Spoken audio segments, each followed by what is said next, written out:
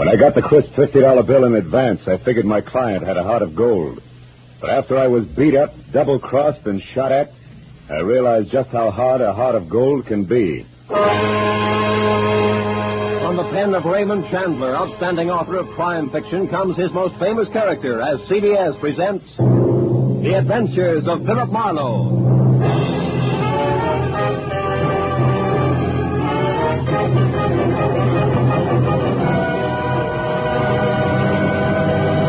And now, with Gerald Moore starred as Philip Marlowe, we bring you tonight's unusual story, The Heart of Gold.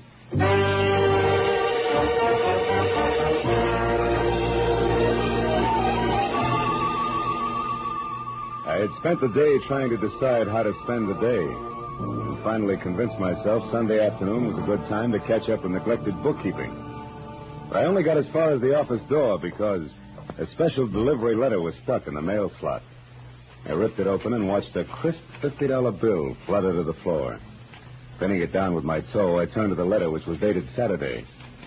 Dear Mr. Marlowe, kindly investigate the party who lives at 1903 North Ogden Street to find out if his name is really Elliot Perdue and what his occupation is.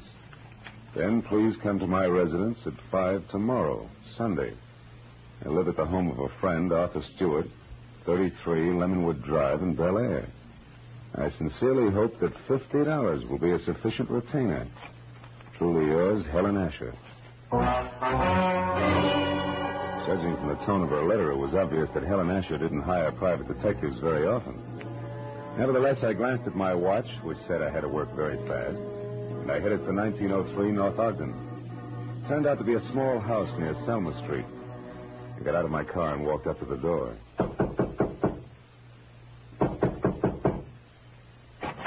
Good afternoon, sir. You the resident here? That's right. What do you want? I represent the Dr. Potter poll of public opinion. I'd like to ask you a few questions regarding... Sorry, but I don't have any opinions to express. Oh, even the opinions of a man with no opinions are important to us. Now, let's just let me step inside here and get out my notebook. There we are. All right, but make it fast. Right. Now, what is your occupation? I'm an investment broker. With which firm? I'm independent. I see. And what is your name, sir? What do you need my name for? Well, for my personal records in case I have to come back.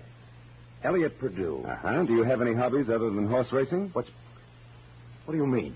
Those dope sheets and racing forms there on your desk. I'm quite an admirer of horseflesh myself.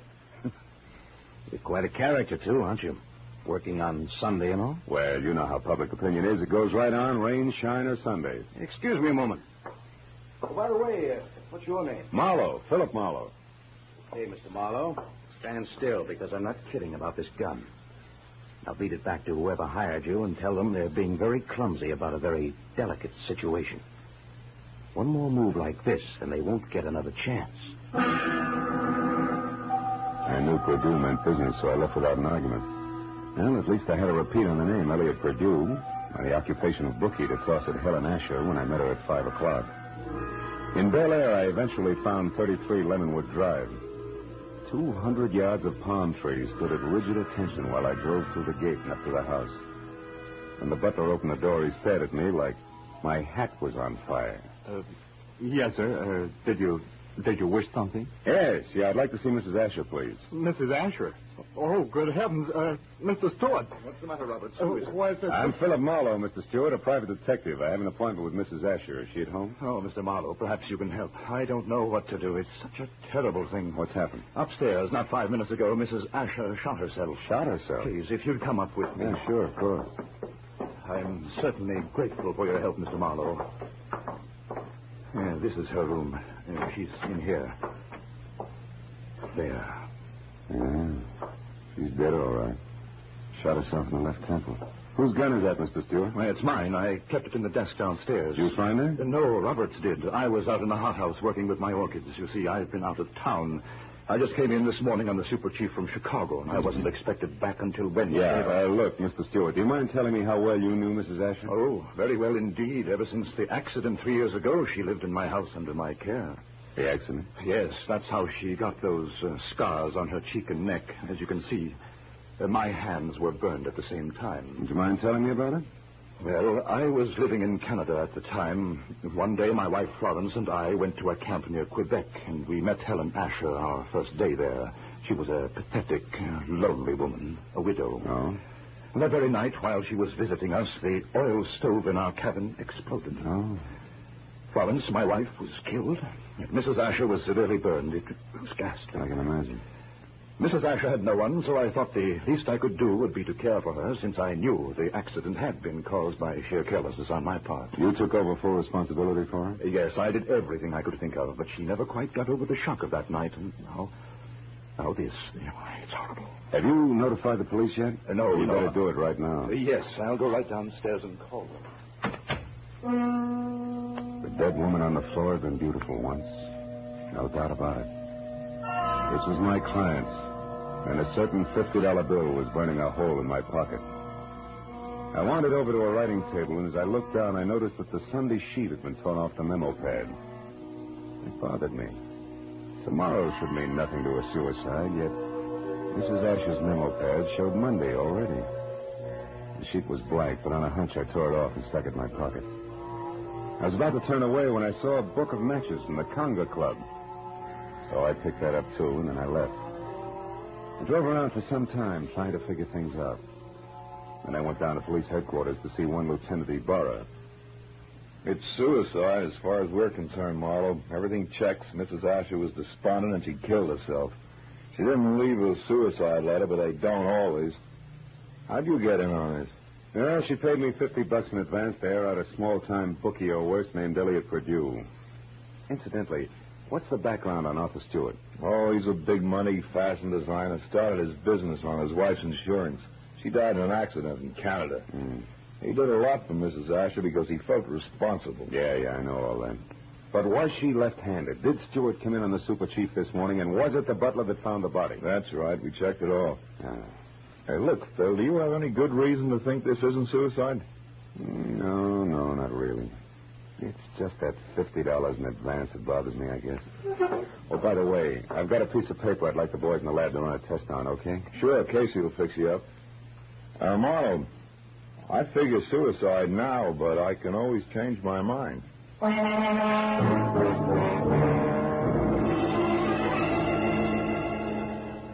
I went down the hall to the police laboratory and handed the blank page of the memo pad to Casey.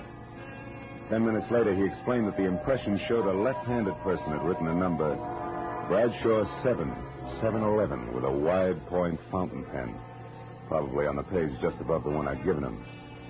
Well, I thanked him, dropped 4 bits in the Christmas fund bottle, and found the phone. I dialed Bradshaw 711 and waited.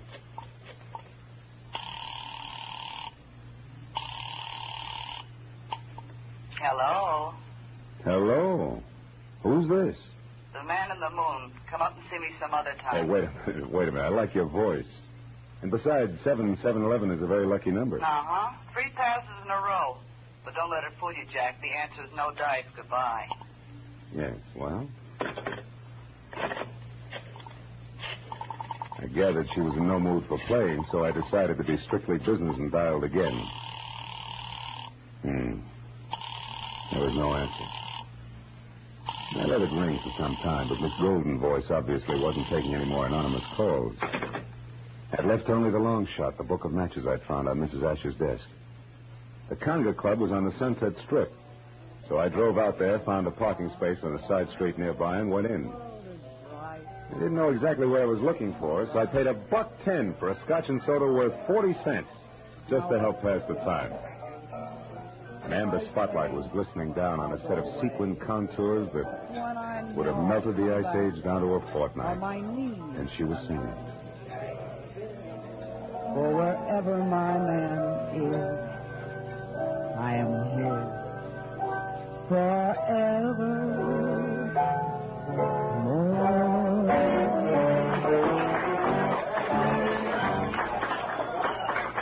I knew it was Benita, the Conga's featured songstress, and I knew something else, too. There was no mistaking that voice. She was the girl with the lucky phone number.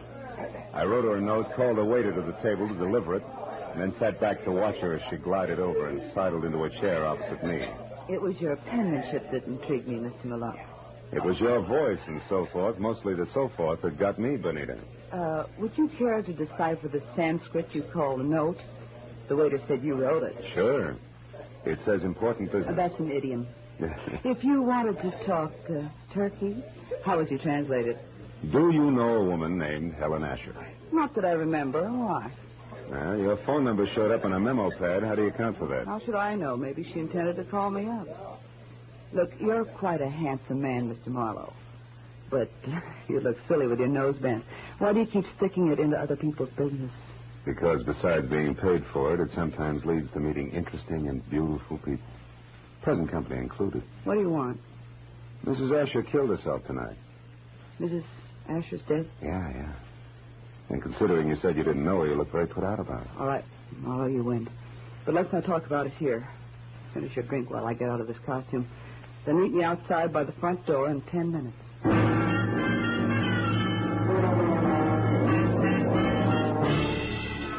When she headed for the back of the club, I headed for the front. I got out the door and down to my car just in time to see her leave by the stage entrance.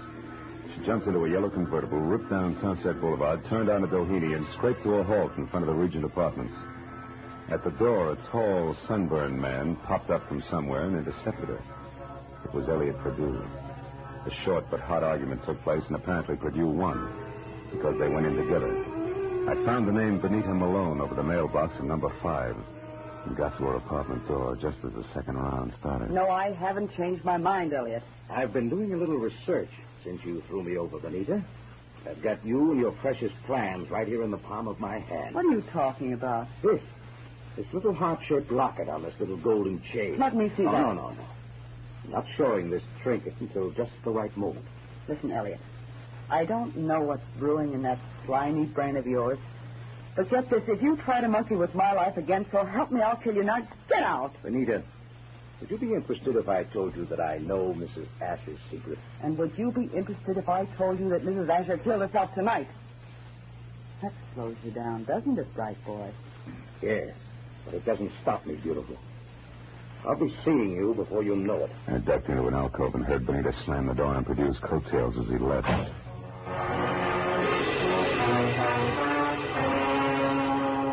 So now I knew that Perdue, a locket, and Benita Malone added up some way to a bullet in the head for a scarred woman with a secret. I went back to my car and drove out to Stewart's house in Bel Air. When you were here before, Marlowe, I was so upset I hardly realized you were a private detective. You had an appointment with Mrs. Asher. Had she hired you? Yes, to investigate someone, but she didn't live long enough to give me the details. Now, what sort of trouble could she have been in to have needed a private detective? I don't know. But perhaps you can help me find out by answering a few questions. Anything at all, Mr. Marlowe.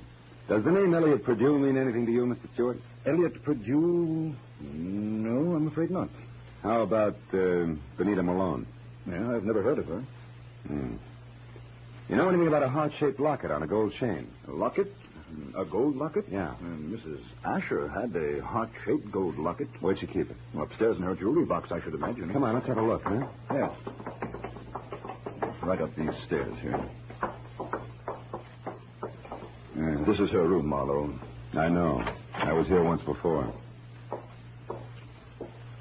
Why? It's not here. It's not on her dressing table. Her jewelry box, it's gone, Marlowe. But you think that... Elliot Perdue has it. I can't understand this. What's the locket like? What's inside it? Just a picture. It was valued by Mrs. Asher because it was the only one she kept of herself the way she looked before the accident. Now, why would anyone else want that? I don't know. But when we get that locket, we'll get a lot of answers along with it.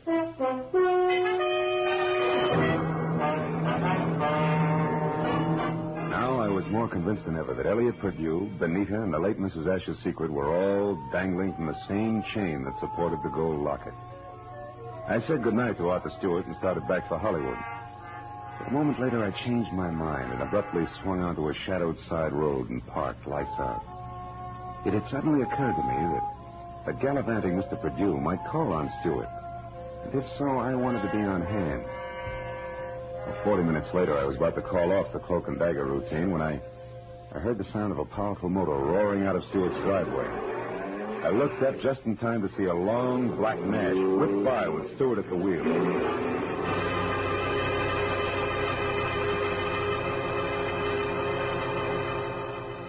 From From the speed of the car, I was certain he wasn't going out for the morning papers. Decided to go back to the house and question the butler while I could have him to myself. Oh, why, no, Mr. Marlowe. I haven't any idea where Mr. Stewart went. I only know that he had a telephone call, after which he dashed out of the house highly upset. Well, maybe some sick friend needed sitting up with, huh? But tell me, Roberts, did you ever hear of a man named Elliot Perdue? Oh, yes, sir. He called on Mrs. Asher here once or twice while Mr. Stewart was away on business. When did you last see this Mr. Perdue, Roberts? Yesterday morning, sir, about 10 o'clock. And one thing more, did you ever see Mrs. Asher wearing a gold locket, a heart-shaped one? Oh, quite often, sir. As a matter of fact, she asked me about it just yesterday morning, shortly after Mr. Perdue left. She couldn't locate it anyplace. A singular coincidence, huh? Oh, by the way, what do you know about a singer named Benita? Benita? I've never heard of her, sir. Are you sure she's never been out here as Mr. Stewart's guest? Why, I'm positive, sir. Mr. Stewart never has any ladies out here, of any kind. Oh? Doesn't that strike you as being strange, Robert? After all, Mr. Stewart's a very eligible widower. Widower, yes, Mr. Marlowe, but philanderer, no. Good night, sir.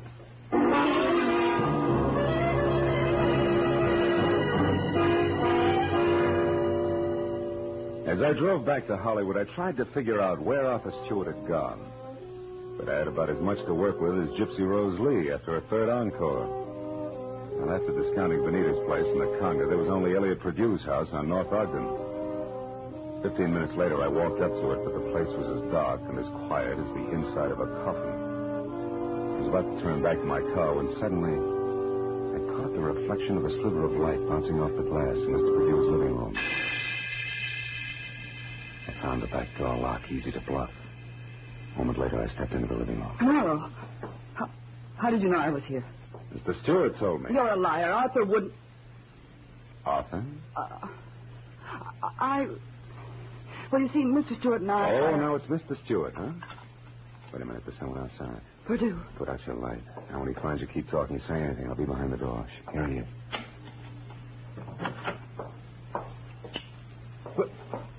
Well, Benita. What a waste of time, my dear. While you've been here rearranging my socks, I've been talking to your boyfriend with the locket safely tucked away right here in my breast pocket. How clever of you. How absolutely ingenious. It's a bit late for nasty words between us, Benita, because possession of you was part of the bargain I struck with Mr. Stewart. You see, What are you staring at? My big blue eyes, Perdue. Don't move or I'll blast you. You'll do nothing. No. Get the gun, Benita. Now, Perdue, we'll play some more. Now the gentleman's breast pocket. Ah, here it is, Benita. Safe and sound. Which is just the way I want it, Phil. What?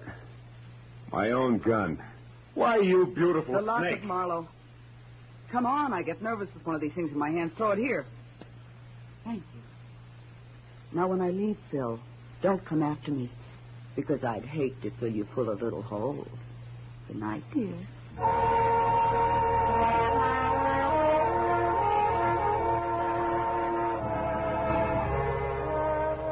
When Benita stepped out of that house, I solemnly swore I wouldn't trust another woman for the next 100 years. But a groan from the body on the floor brought me back to 1948 and Elliot Perdue. I knew that he had seen the picture in the locket, so I went to work on him. Come on, Perdue, snap out of it. Come on. Huh? Oh, it's you, Marlowe. Who'd you expect, St. Peter? What was in the locket, Perdue? I don't remember. Maybe a call on Lieutenant Ibarra will refresh your memory. I doubt it. Then we better start playing games again. We'll start with one called Slap, Slap, Perdue. No, let me alone, Marlowe. Get your hands off me. You ready to start singing, huh? All we need now is the right lyrics. No. Come on, Perdue, talk. Stop it, I'll talk. Good. Now, why did Mrs. Asher kill herself? Because she had a good reason. Like what? It's a long story. Make it short. Okay, Marlowe. Here goes.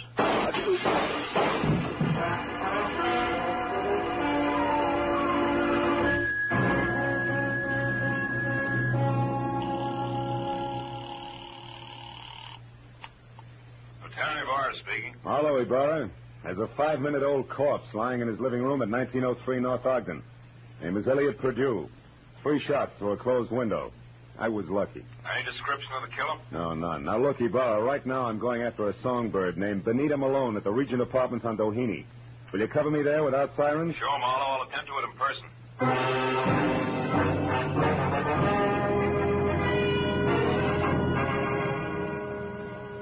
was only a healthy center fielder's peg from Bedue's house to Benita's. When I got there, the place was dark and a car wasn't in sight. I decided to try the Conga Club. But as soon as I walked in, I began to worry because if Benita had wanted to get rid of that locket, she'd have had enough time to bury it at Forest Lawn. But I didn't know Benita, because Miss Mon-Fri herself was singing in the amber spotlight, and dangling from her soft white neck was the heart-shaped gold locket. I love him because he's wonderful, because he's just my Bill.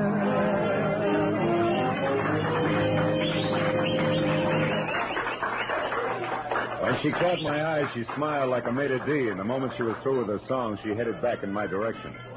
But before she got to me, I saw her give the high sign to an ape in a tuxedo. He looked at her and then across toward my table and left the room.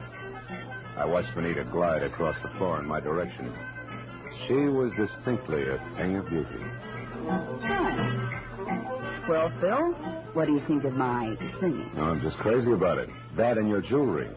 Especially that locket. Family heirloom? Mm-hmm. It was more or less handed down to me, generation to generation. That's an old Spanish custom. Yeah, so I've been told. And I imagine tradition prohibits your parting with it, huh? That's right. Unless, of course, someone with oodles of money offers me lots of it in exchange. Then naturally I'd be obliged to part with it. I don't think you'd feel obliged to your mother on the second Sunday in May. Besides, I don't have oodles of money. Oh, you should have told me that earlier. Goodbye, good looking. Hey, wait a minute.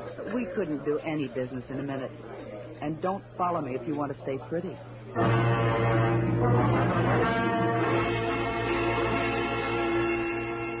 She pivoted on a spike heel and took off for a dressing room, and I knew that if I followed, I was scheduled for a nasty tete-a-tete with an ape in a tuxedo. When I made the lower floor and saw that the long corridor to her room was empty, I knew the setup. The ape would be on the other side of the door waiting. Benita still had my gun, so I got the nearest substitute for a blackjack, a full bottle of Paul Masson champagne. Then I walked noisily down the corridor as far as her door and knocked. Turned the knob slowly, kicked the door open, and stood clear. It worked. The ape's hairy hand was wrapped around my gun, and it came down in an arc that was never interrupted. And that left him off balance. The ape hit the floor, and before Benita had a chance to close her mouth, I ripped the locket from her neck, picked my gun up, and ran. I didn't stop until I collapsed against the store window. Then I opened up the locket. 2 minutes ran out on me before I realized what was wrong with the picture. Then I knew. Arthur Stewart's home in Bel Air was my next stop.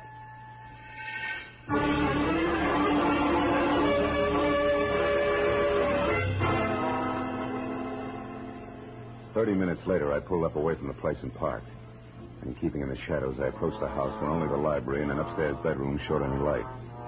The library had French windows. When I moved up close, I was startled by the sight of a figure going through Stewart's desk. I stepped into the room and found it was my little friend, Benita. I've got my own gun again, Benita. Phil. Oh, doing a little dusting, honey? Oh, don't be funny. I'm not trying to. How is it you're not upstairs helping Stewart pack? Because I've already finished packing, Mr. Marlowe, and don't turn around. That was well done, Benita. Oh, fine. Sucked in by a little decoy sprinkled with sequins. Never mind the pose, Marlowe. Just toss your gun on the couch over there. Now. That's better.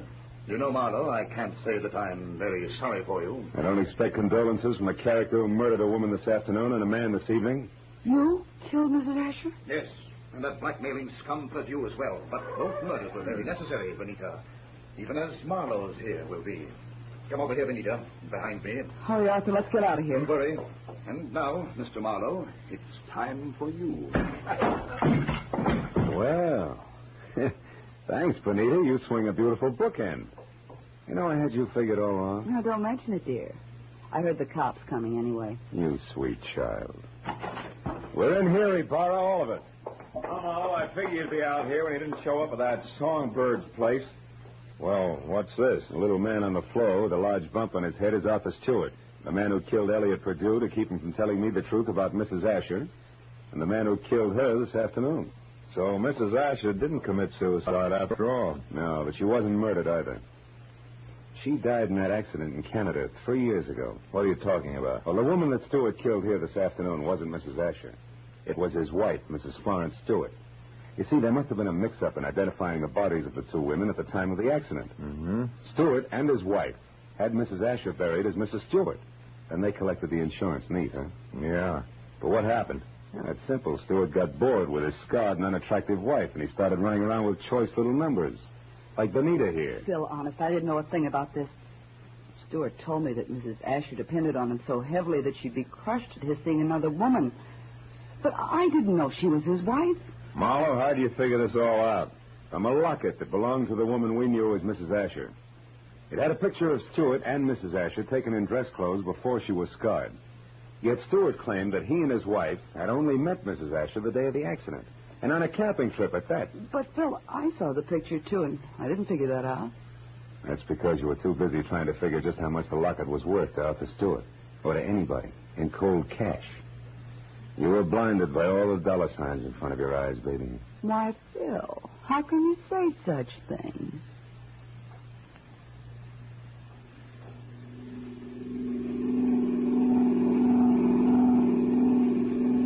Now, Marlowe, just so I don't toss and turn all night, tell me just why you were hired in the first place.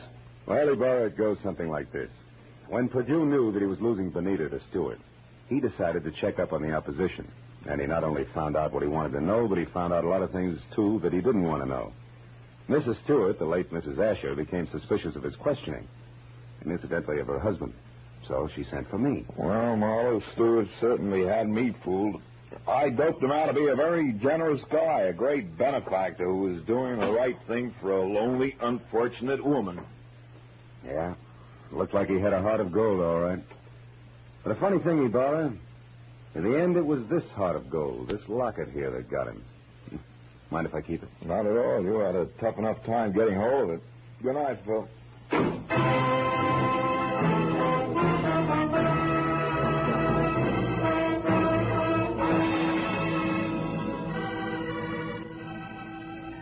Well, by the time I got back to my apartment on Franklin, the sky was beginning to fill with the soft gray of morning. I pulled the blinds down in my bedroom and sat down for a last cigarette. I had mixed with a lot of funny people that day. But for some cockeyed reason, I kept thinking of Benita Malone, a girl who was no better than she had to be. Finally, I put her out of my mind, and I was about to turn off the desk lamp when I noticed my memo pad. Still read Sunday, which was understandable. But scrawled across the top sheet was a telephone number. And I couldn't figure how it got there. It was written in crimson lipstick. Bradshaw 7. 7-Eleven.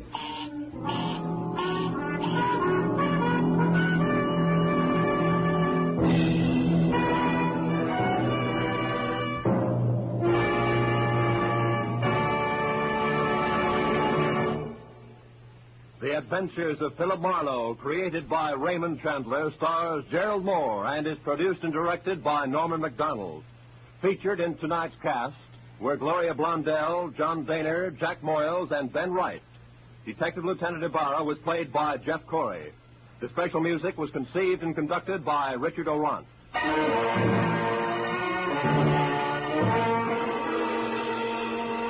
Be sure to be with us again next week when Philip Marlowe says...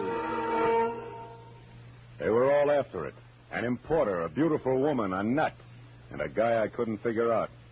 But before we were through, one was in the hospital, two were in the morgue, and the fourth was waiting for the hangman. All that because of a blue burgonet, something I'd never even heard of before.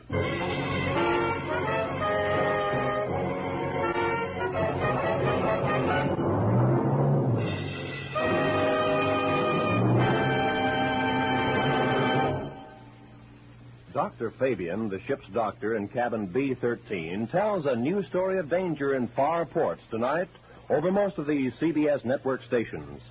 Tonight's story, The Island of Coffins, is another original drama by John Dixon Carr, famed mystery writer. You can hear it when the ship's whistles sound outside cabin B-13.